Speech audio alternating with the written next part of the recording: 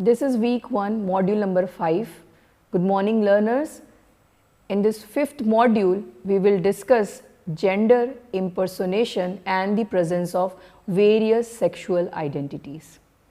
So far, in the previous lectures, we learnt about theatre as a genre, drama as a literary form, and also we were taught what is Sanskrit theatre and its development, and also folk forms. In the last lecture, we learnt about Nautanki theatre in detail.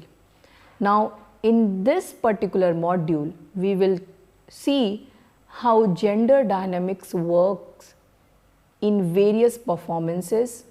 We will also learn what is impersonation, and we will learn about various impersonators and actors who have performed different identities going beyond their gender norms and boundaries. Moving ahead. So it covers not only what is gender and impersonation, but also we will discuss the various experiments that have been done in the modern theatre to push the boundaries of gender, to break the gender norms and make it more fluid. We begin with the very basic understanding of gender. What is gender? Gender is performative. Now, what does it mean when I say gender is performative? Here I am quoting Judith Butler, a very well-known modern scholar, gender activist, who said, gender is performative. Gender is not natural that we are born with. Gender is not biological that one's body is born with, that it cannot be altered or changed. Gender is performative. It is a repeated stylization of the body. When an act is repeated again and again, it becomes a performance. It stylizes the body in a certain way that it becomes natural to you to behave or to act like that. When the body, be it female body, male body, or any other gender identity it carries, any other sexual identity it carries, when it performs something again and again, as per the social norms, as per the social codes and the pressure of the society, it becomes that. But it cannot be called natural, because it is ultimately the social conditioning which is responsible for converting a body into a gender identity. So, gender is performative. Gender is a social and theatrical construct. I told you that gender is a social construction. Gender is not a biological identity that one is born with. When a child is born, the first question that is asked, which we are all aware of, is it a boy or a girl? That is the very first question which is asked, which means that the child's identity, the gender identity, is the most important thing in the society, and that has to be known or discovered by people before any other thing, the health of the child or any other details which are required. So the binary is so very important here, gender binary, which has been created in the society, and it has been reinforced by repeated stylization of the body and repeated social and individual acts which takes place. So it's a social construct, but at the same time it's a theatrical construct. Gender is a theatrical construct in the sense that stage becomes a space. Any actor, whether he is a male actor or a female actor or anyone, can perform a role which is female or male or ambiguous identity, or a person having ambiguous identity. So in theatre, gender is also a theatrical construct, in the sense that on stage it can be recreated, it can be reenacted, it can be reinforced, or could be revised also. The boundary can collapse also, depends on the text, depends on what is the main objective of that play. Many modern writers have experimented with it and making gender as a theatrical construct where the body is being tested, the body is made to perform something that normally biologically that person is not performing those things. As a man, that actor may not be performing personally those acts, but then he performing the female role, plays the role of a mother, makes breaks the binary of gender and makes the gender as a fluid term. Masculinity. Here the idea of femininity and masculinity is important for us to understand. Masculinity too is a socially produced and performed entity. Femininity and masculinity are cultural entity that suggest the behavior, the attributes, the gesture, the way of speaking, and many other connotations are there. Masculinity is not necessarily attached to the male body, but as per the social norms, men are masculine and women are feminine. When there is a performance in theatre, this binary is questioned, and then we see a male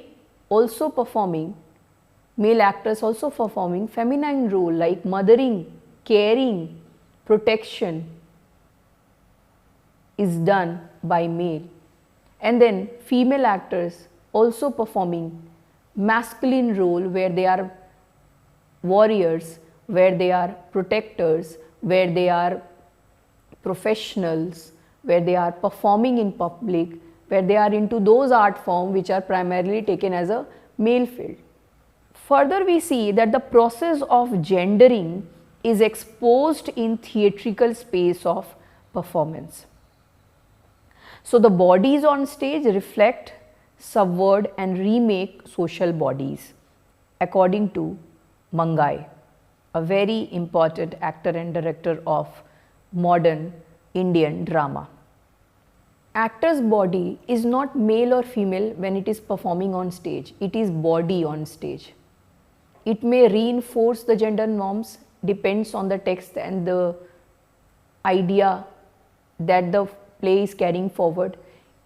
It may subvert the very idea of gender and revise it and represent it in a different way. So we see theatre as the power to recreate space and power to recreate body as well. Gender ambiguity has been later on modern Indian theatre, on the stage of modern Indian theatre, has been celebrated through impersonation in performance. The performative nature of gender roles are exposed each time it is performed. So Gender binary is being questioned in the modern stage, and then the ambiguity, the gender ambiguity is a matter of celebration in the modern experimental stage, where impersonation is not taking place due to lack of female actors or due to lack of performers, but it is taking place because it is required as per the theme of the play, as per the requirement of the society, or to challenge the gender norms in the society, it is required, and that is why ambiguity is being celebrated.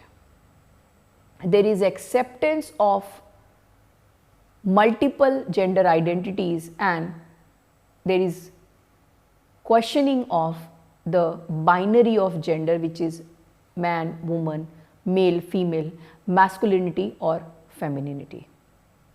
Now, before we talk about the plays and the performers, let us understand what is impersonation.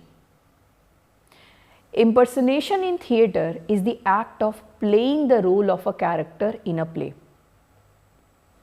It can also refer to the act of imitating a person's mannerism, gesture, behavior, expression, speech or appearance. So, the impersonation is the act of playing a role. Act of playing a role in theatre by actor is impersonation. But what is the difference between male impersonator and female impersonator? The female impersonator is a male actor who performs the role of woman on stage, and the male impersonator is a female actor who performs the role of men on stage. Because as an individual they have a different gender identity and they are performing a different gender identity on stage. So, accordingly they are called male impersonator or female impersonator. But every actor is impersonating, because the very act of enactment, the act of performance itself is impersonation. In Natya Shastra of Bharat Muni, there are references of impersonation which suggest us that this concept is not new. It's a very old concept. The idea of impersonation is an old concept which is referred in a very ancient text called Natya Shastra by Bharat Muni, where he talks about 3 types of impersonation. In Natya Shastra, Bharata talks about one of the type of drama which is Lasya, and this performance is called Pushpa Gandika, where a female actor disguises as a man. Now, in Pushpa Gandika, a female actor performs a male role. She disguises herself in a male role and performs that character. And in Pushpa Gandika, initially in such kind of performance where women are performing, the audience is also women. They could be friend of that actor or family of that actor or relatives. So, in these kinds of performances, it is not attended by larger audience. It is meant for the in a closer space and limited public for which it is performed, where a woman is disguising as man and performing, which is referred in Natya Shastra, and the play is called, that form is called Pushpa Gandika. Bharat Muni says, when a woman in the guise of a man recites something sweetly in Sanskrit for the pleasure of her female friends, it is Pushpa Gandika. And in chapter number 35, Natya Shastra mentions 3 kinds of impersonation: Anurup, which is natural; Virup, which is unnatural; and Rupanusarini, which is imitative.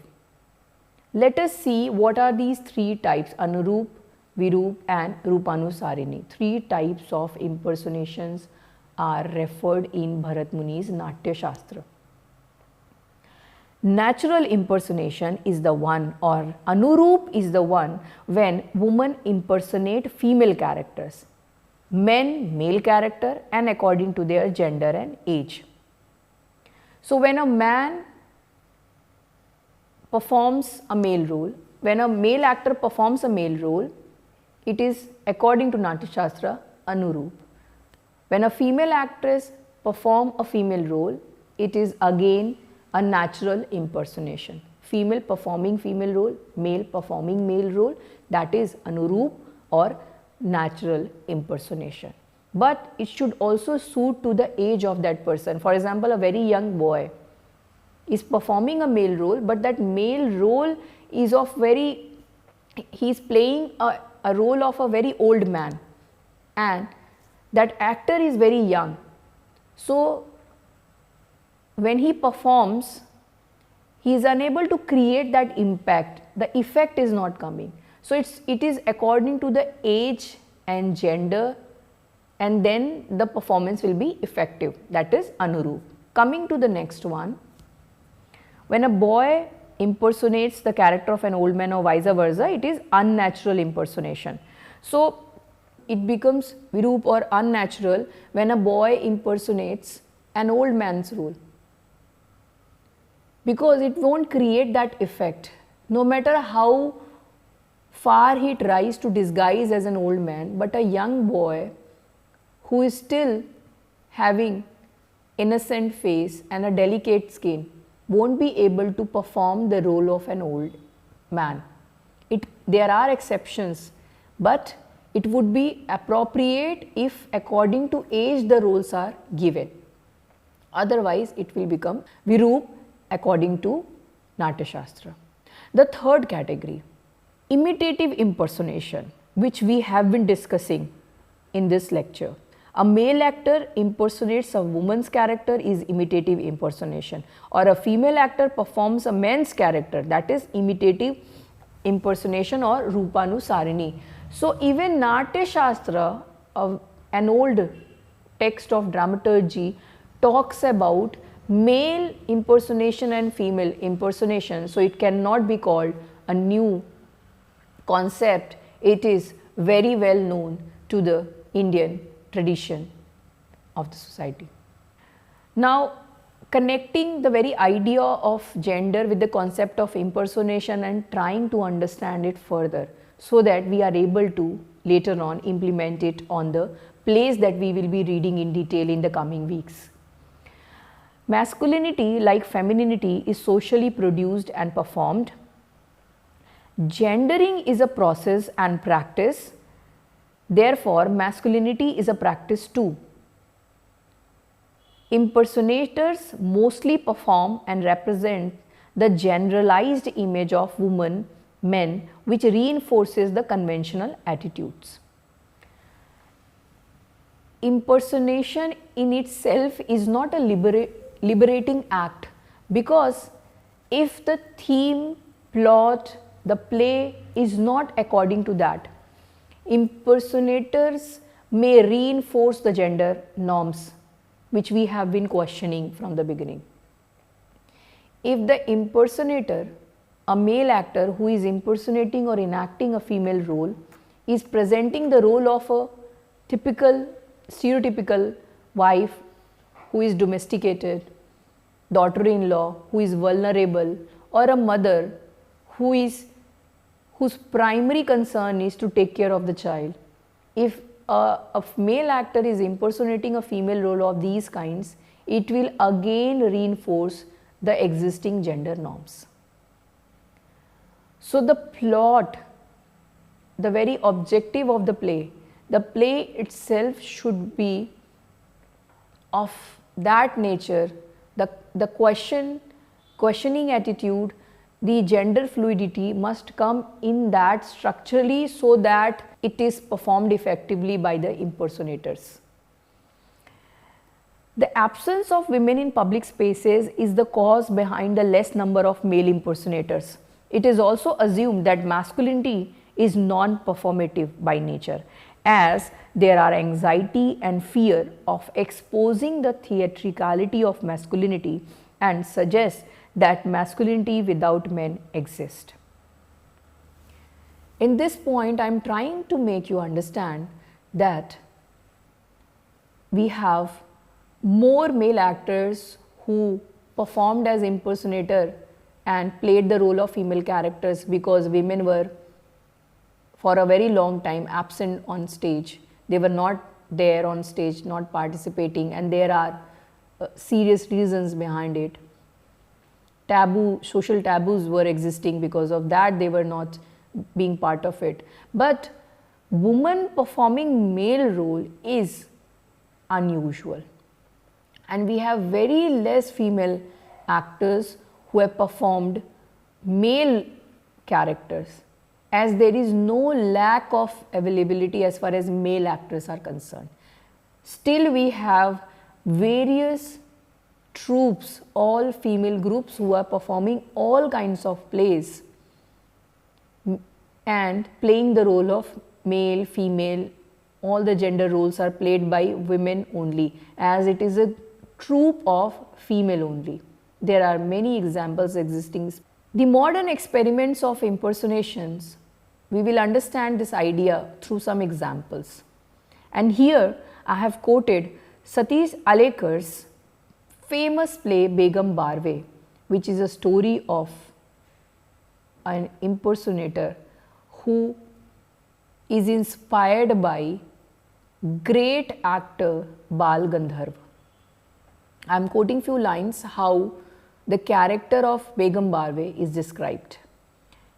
Exceptionally light complexed, it's a man's face, but the gestures are exactly like a woman's. The face is heavily made up, the hair is long, across the forehead is a horizontal line of red kumkum. He is dressed in a white dhoti neatly and symmetrically wrapped around both legs. This is a description of appearance of Barve in the opening of the play Begum Barve, where the character of Barve is inspired by famous actor Bal Gandharv, and this character is badly treated. This character is struggling. Barve is struggling in his life. He wants to be known as an actor, be famous as Bal Gandharv, but he's a struggling actor, suffering a lot in the hands of the troupe manager and directors. Unlike mainstream actor, the impersonators are less respected and popular in the society, but in Indian society some exceptions are there, like Jai Shankar Sundari, Bal Gandharv, and many other artists were there who were exceptions, and they became more popular than the mainstream actors.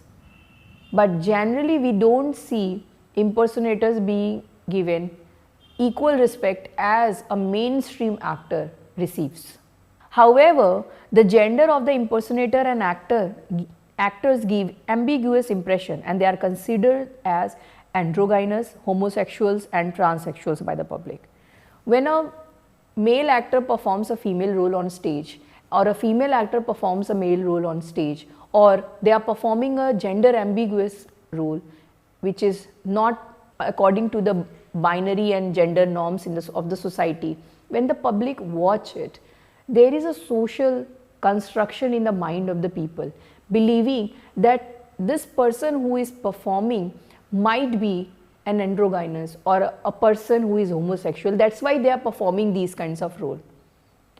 They are unable to imagine that this actor who is performing this role is for the sake of the character that he is performing, and beyond that he could be living a very ordinary familial life, having wife and children, or a woman having family. They could be very ordinary people, much like the common people sitting in the public and watching the performance, but they have been taken in questionable way. I would like to talk about Neelam Mansingh, a very well-known artist and director in India, who formed her theatre group called The Company, where she trained female impersonators and experimented with the traditional folk forms of Punjab Nakal. And she mentioned that the illusion is so complete when a female impersonators are performing that even the males in the audience see them as women. So performance, if it is effective, creates the illusion of seeing that person in that identity, in that form only, and not beyond that, if it is effective, if it is convincing. So there have been many important directors and artists like Neelam Mansingh, Amal Alana, and many others who have worked hard to push the gender boundaries and break the gender norms and create a character whose identity as a human being is more important than being adjusted into the gender categories. They are beyond that, and they are questioned but at the same time appreciated. Remember, these plays initially were not welcomed, but gradually there was appreciation, there was to some extent acceptance. Until date, many have not yet accepted. Many do not appreciate these kinds of plays. But the efforts are going on, and the experiments in modern theatre have been going on to push the gender boundaries and question the binary, break the binary, deconstruct the gender binary, and think of a human being as a human being and not as a man or a woman or a person of a third gender. When we talk about the modern experiments, here are some examples. We can talk about an Indian dramatist, Veena Chawla's play Brahmanala, where she portrays Arjun's story from Mahabharata. When Arjun was on exile along with his brother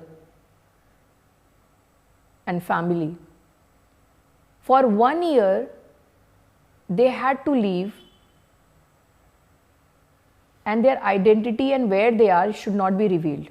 So that 1 year of exile, when they were living in disguise, Arjun disguised willingly as a woman, and he was living in King Virat's court. He was dancing, performing.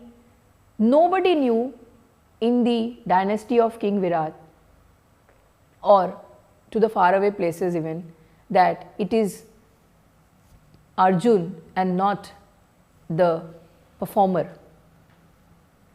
So for 1 year he lived in that disguised identity, and this play is based on that. It is performed by the great artist Vijay Kumar. In a very effective way, Vijay Kumar brought life to this character of Arjun, who is disguised as a woman performer during the time of exile, and enacted it effectively, which was appreciated by people. So even in our mythology, certain references are there where we find well-known figure disguising as men or women or performing a different gender role. This character of which was played by Vijay Kumar was inspired by Lord Shiva's Ardhanarishwar form. When we think of Shiva's Ardhanarishwar's form, there is masculinity and femininity combined, and Shiva is incomplete. When we see him as Shiva only, as a masculine form, he appears to us incomplete.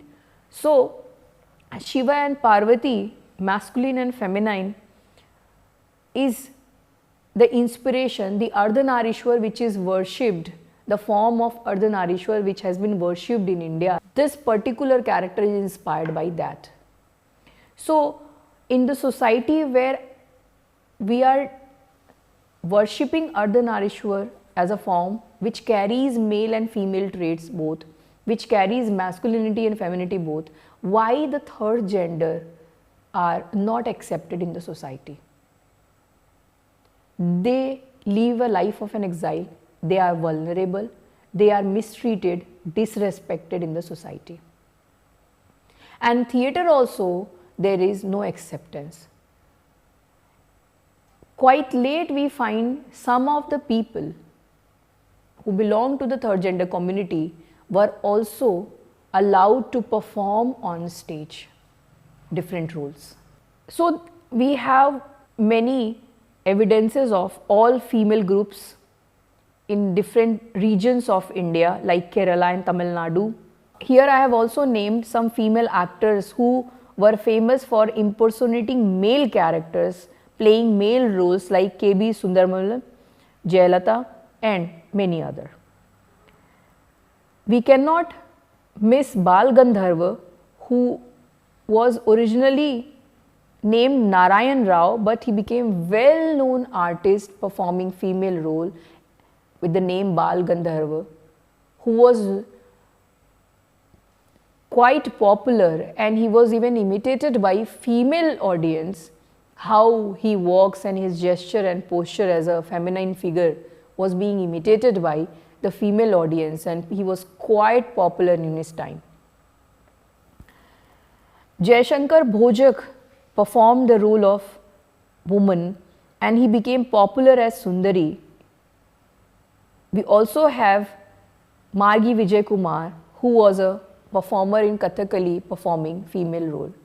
A famous actor from Bengal, Chapal Bhaduri, who was well known, and it was a highly known and performed play called Sheetalapala, where Chapal Bhaduri performed the role of a deity, a goddess. It was known to the masses that he is Chapal Bhaduri, a male actor who is performing the role, but once Chapal Bhaduri comes in the guise of deity, the goddess, everyone respects her as a devotee. And this play was performed repetitively at several places on demand. So it suggests us that we have various evidences of male performing the role of female or female actors performing the role of male, or various ambiguous characters are also performed by different gender identities. So primarily we have discussed in today's lecture what is gender and what is impersonation, and how in theatre various experiments have been done to push the boundaries and binary of gender to create an equal space where everyone is allowed to represent them as they want to, where people are not judged on the basis of their gender identity, but they are also taken as a human being. Theatre becomes a space of participation, expression and emancipation, and gender role playing on stage suggests the fluidity of gender roles and challenges the binary social construction of men or women. The very theatricality of gender roles gives the opportunity to us to rethink, to question and to negotiate on the idea of fixed gender identity. And towards the end, I would refer to one of the famous folk forms called Ram Leela. In Ram Leela, specifically Ram Leela of Ramnagar, which is very famous in Uttar Pradesh, it's famous worldwide. Many international scholars of theatre and researchers had visited Ramnagar to do research on Ram Leela. In Ram Leela, the four Swaroop whom we see are all enacted by male actors. They are young boys. Even the role of Sita is enacted by a male actor and not by female. And till date, it is maintained. Till date, we do not find female actors performing in Ram Leela of Ramnagar. So certain restrictions are there, certain norms are followed, but it is also changing in various ways in different forms that we have discussed so far in the play. In today's lecture we have discussed. Even in Bahirupi, we see the projection of Ardhanarishwar, or man and woman, one body carrying the entity, carrying the features of man and woman both, which is effectively disguised by Suvasdas Bairagi, who is a well-known Bahirupi artist. Here in this picture we can see him, how he has disguised in this character, and in his interview he mentioned that this disguise is very popular among the masses. People love to watch him in this disguise and they demand for it that he comes in this disguise specially. So this was gender impersonation and few examples to understand how gender norms have been questioned and various experiments have been done to push the boundaries of gender. Thank you so much.